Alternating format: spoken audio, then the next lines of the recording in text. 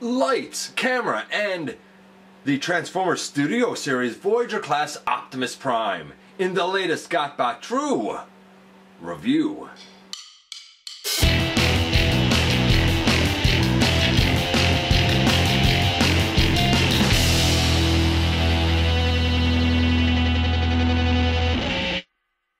Hey guys, welcome back to the channel. I'm your host, Dennis Moulton, aka GotBot. As always, please like, comment, share, and of course, I'm going to ask you to subscribe, join the community here, have your say. And we're going to look at this guy today. Shockingly, he was picked up at a local EB Games, and I didn't really feel like the studio line was going to be as good as it actually is. Now this isn't really mine, this belongs to John. We'll talk about that a little bit later. But the guy looks fantastic. Now he is kind of dark in color, and you'll see that when we look at this guy closer, that could be a good thing or a bad thing. It depends on your particular tastes.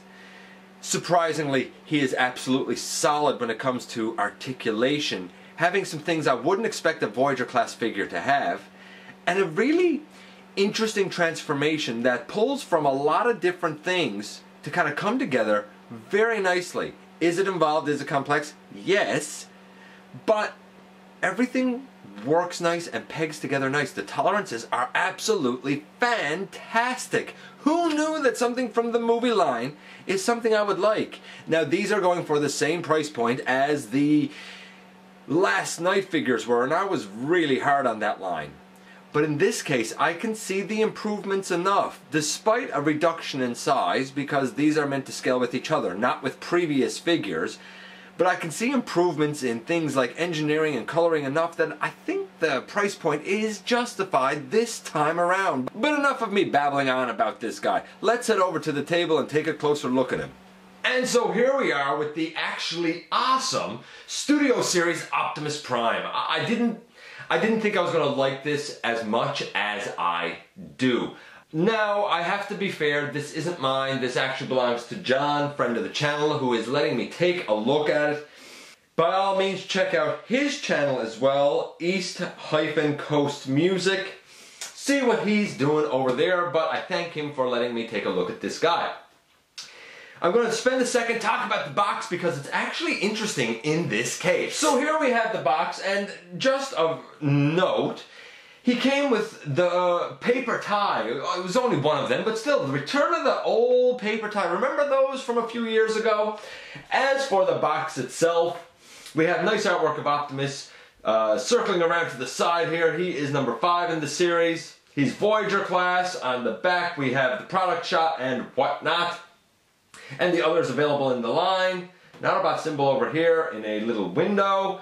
And of interest is the fact that this is a series that seems to be co-branded, as we have both the Hasbro logo and the Takara Tomy logo. So with kind of both of those brain trusts coming together for design, I was really interested to see what we would come up with.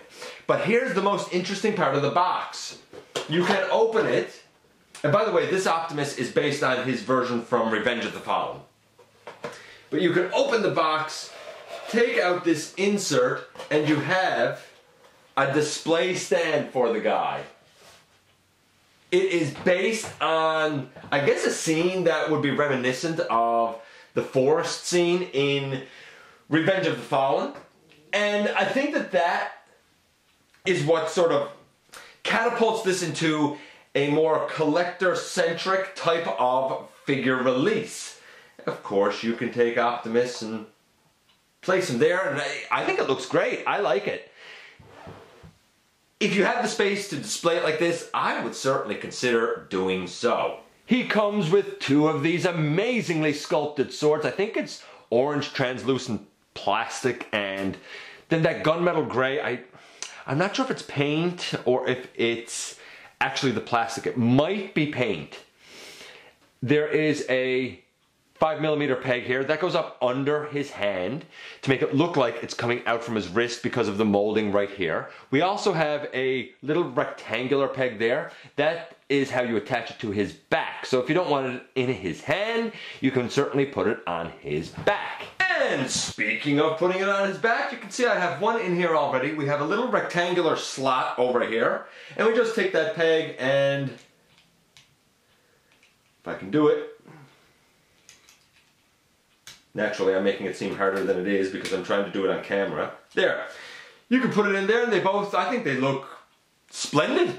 Absolutely splendid. Now, this is where one of the gripes, criticisms I have of this figure comes into play. He comes with two of those, which is fantastic. He does not come with a blaster at all.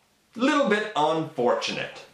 As I noted, they can go in his hand. You can see with this one over here that it does look like it's coming out from his wrist. Same over here. It looks like it's coming out from his wrist.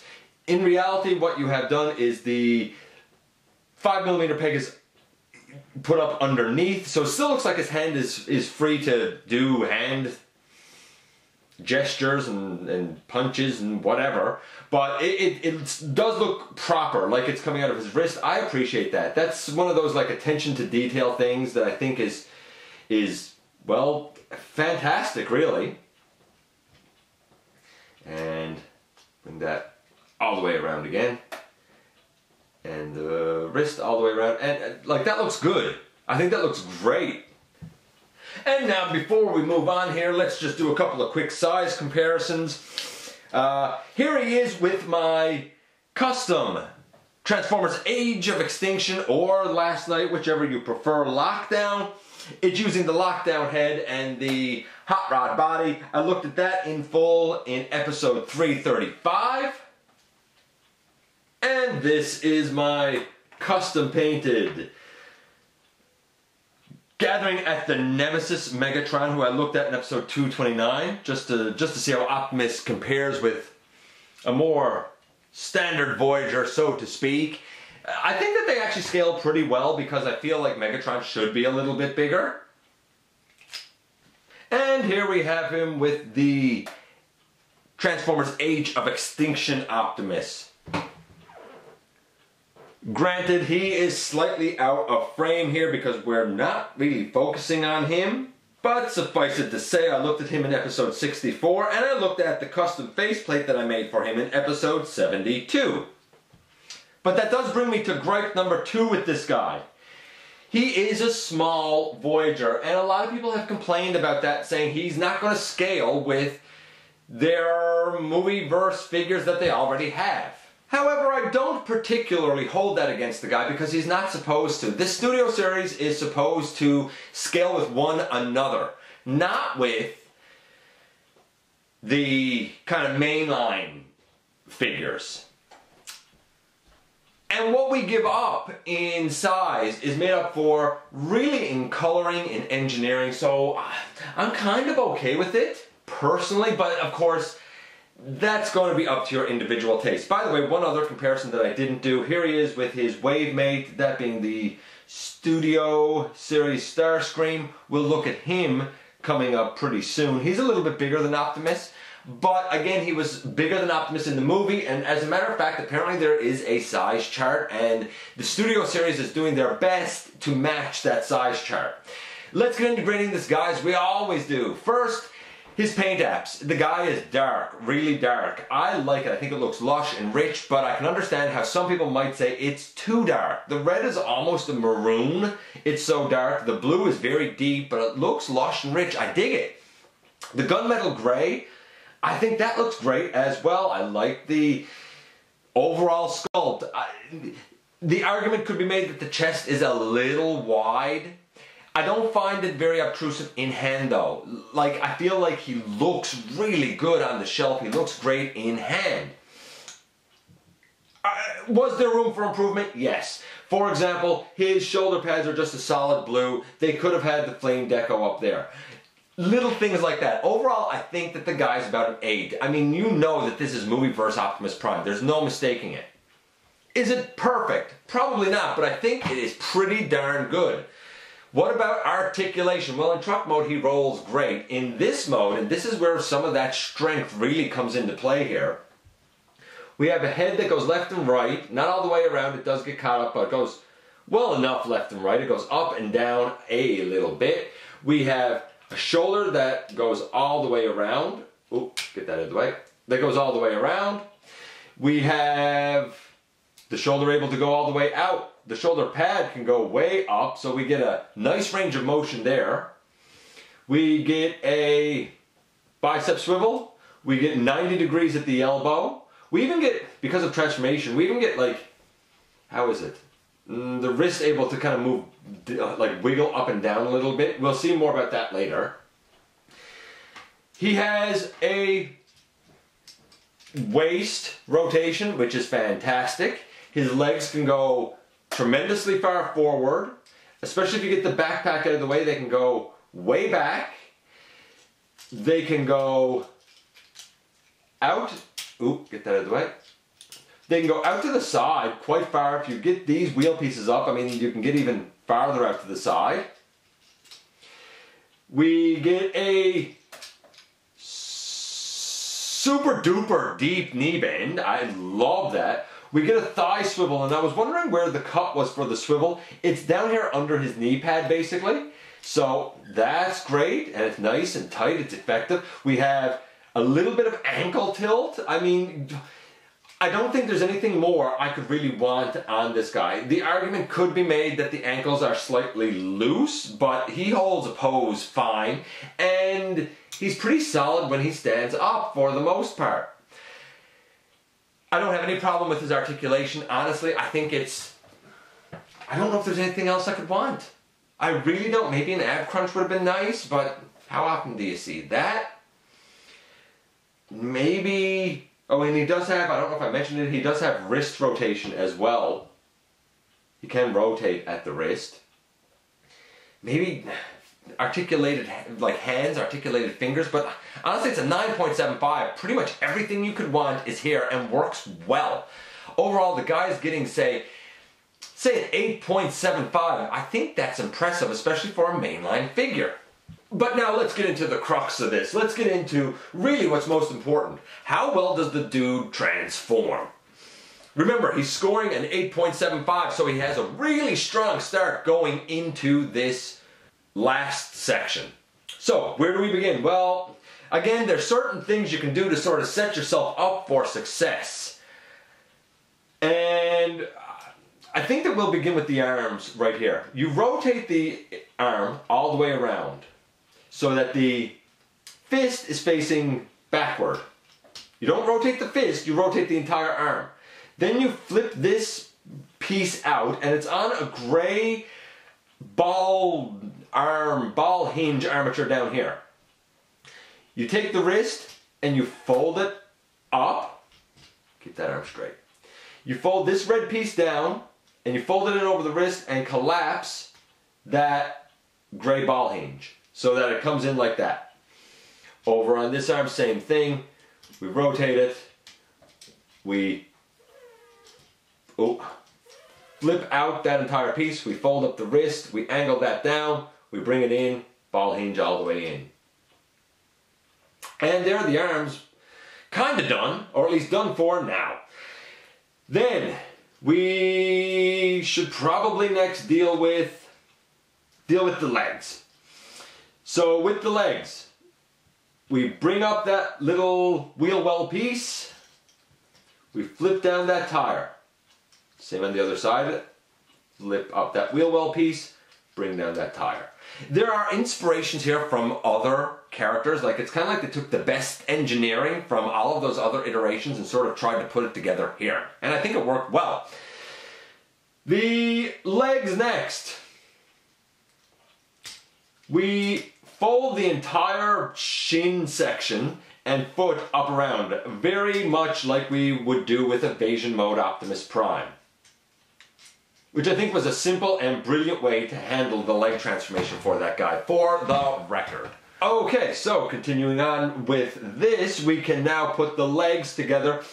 We have a couple of little notches and teeth on the feet, and then we have a blue rectangular piece and a notch on the, I guess, the end of the trailer, the bottom of the trailer. So you can take those things and put them together.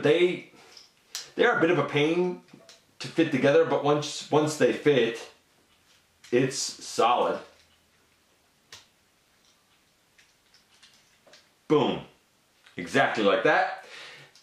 We can flip down this tire and this one just to make life a little easier for ourselves later on. We can also, at the waist, and this is a tight hinge.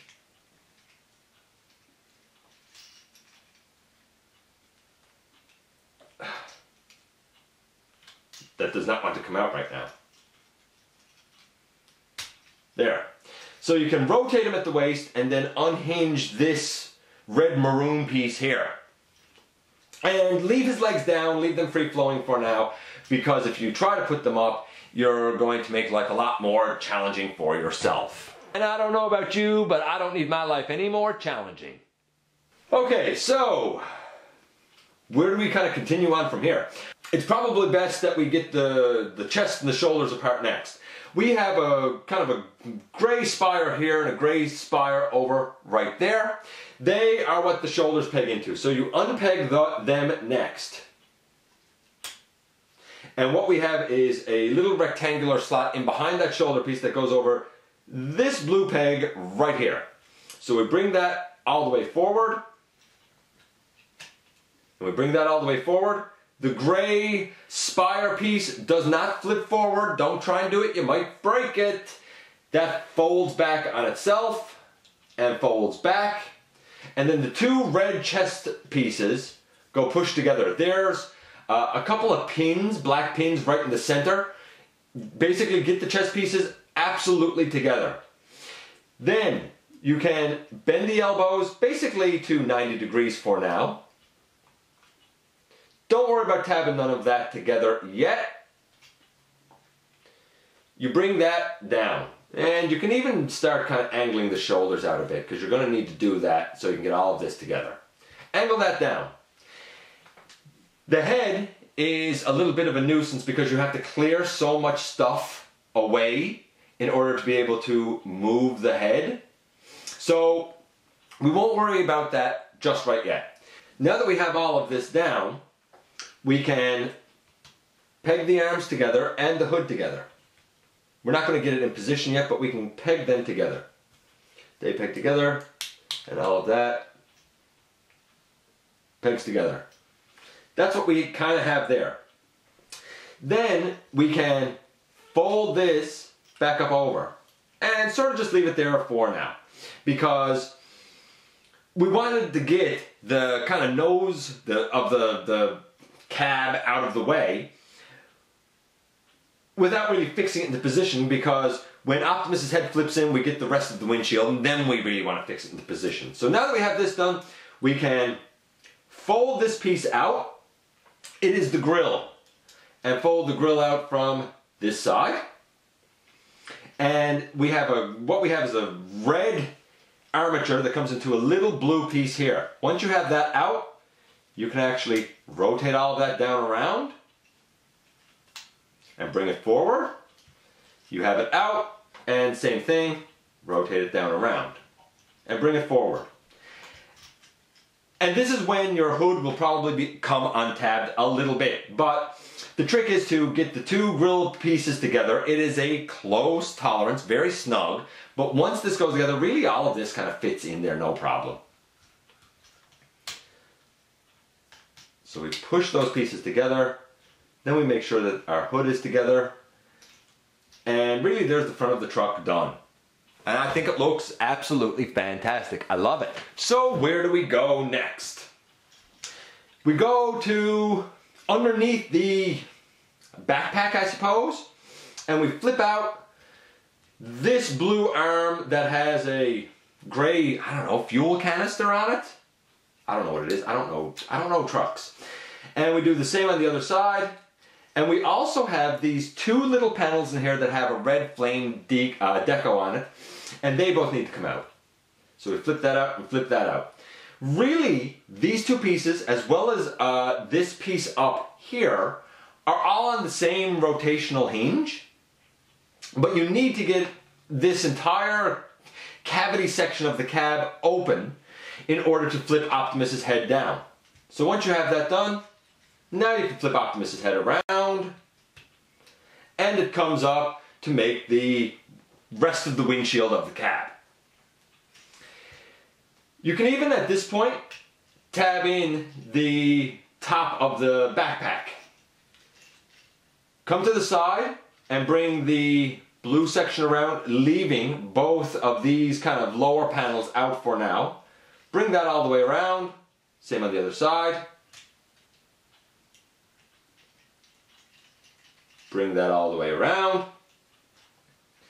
You can come to the back here and fold down that blue panel and fold down that blue panel.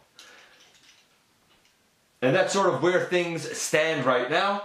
We take the panel that has the flame deco on it and bring it back, same on the other side. And now we're going to bring down this back piece. When we bring down this back piece, we have a tab here that goes in under right here. We have a tab up top that goes up under the cab. And that's what sort of holds all of this into place, or should. The shocking thing is that I find most of the time, I hope that this is one of them, that actually fits in pretty smoothly. There.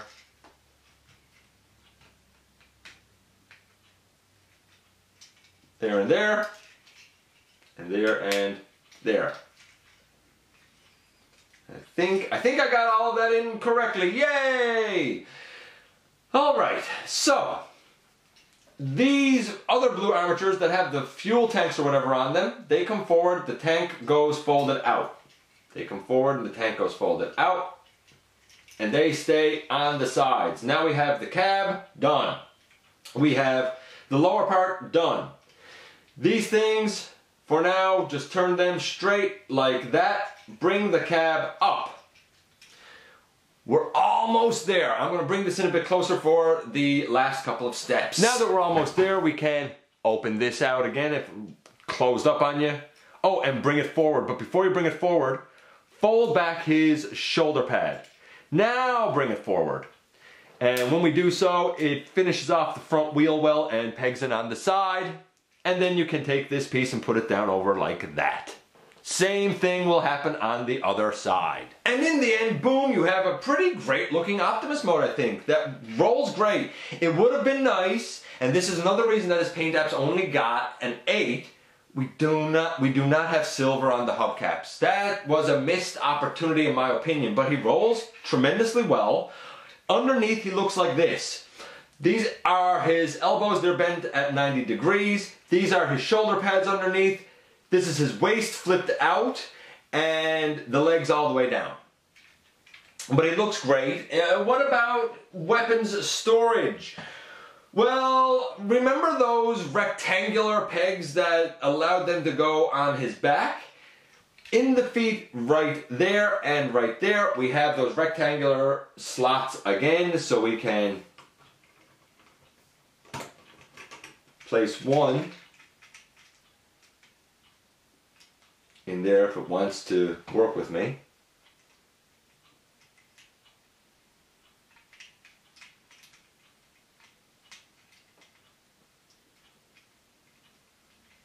There. And there. It's not perfect, but it's pretty great. His transformation is involved but brilliant and everything moves nicely. It is a 10. The guy was an 8.75. His transformation's a 10. The guy's a 9.5. It's a great Optimus. And he doesn't even have an open back. I love the guy.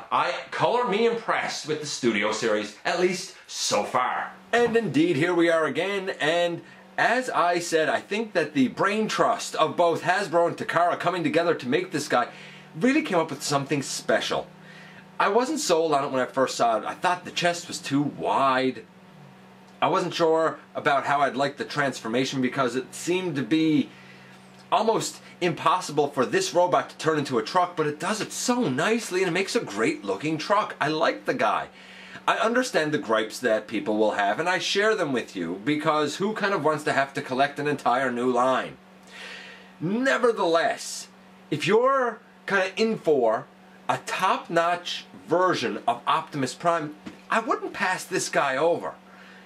There's a lot to like here, arbitrarily speaking, as a collector of cool plastic transforming robots. As the best Optimus Prime that we've gotten, well, again, that's debatable. Nevertheless, if you've been on the fence about this guy, stay on the fence no longer. I think you would be very happy with him. I know I certainly was. Anyway, let me know what you think about this guy. Do you like him? Do you not like him? Can you get it past the couple of gripes that people have? As always, I'm going to say, please hit that subscribe button. Stay with us here. Thanks for giving me some of your very valuable time. You know it is beyond appreciated. And I very much look forward to the next time that you and I get together to have another visit right here inside the videos.